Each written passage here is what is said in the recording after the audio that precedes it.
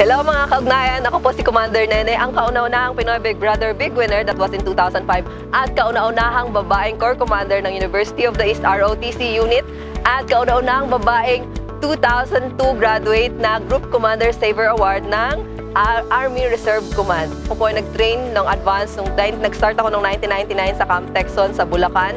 Nag-start kami ng mga map reading trainings, kaya alam ko na mag-navigate dito sa Metro Manila kahit nagaling ako ng probinsya. So marami ako natutunan sa Reserve Officers Training Course ko. Unang-una na rin dyan ay disiplina na na-apply ko sa araw-araw ko na pamumuhay. Hindi lang sa pagkapanalo ko sa Pinoy Big Brother, pero hanggang ngayon na nanay na rin ako at negosyante ay na-apply ko na rin ang disiplina na natutunan ko sa ROTC. Hanggang ngayon, natutuwa pa rin ako kahit na hindi man ako nagtuloy-tuloy sa pagsusundalo. Yung mga kabatch ko, yung mga kabady ko, nasa Lieutenant Colonel na sila by rank, pero by heart at heart ay nandito pa rin sa puso ko ang pagsusundalo at pagsiservisyo para sa ating bayan.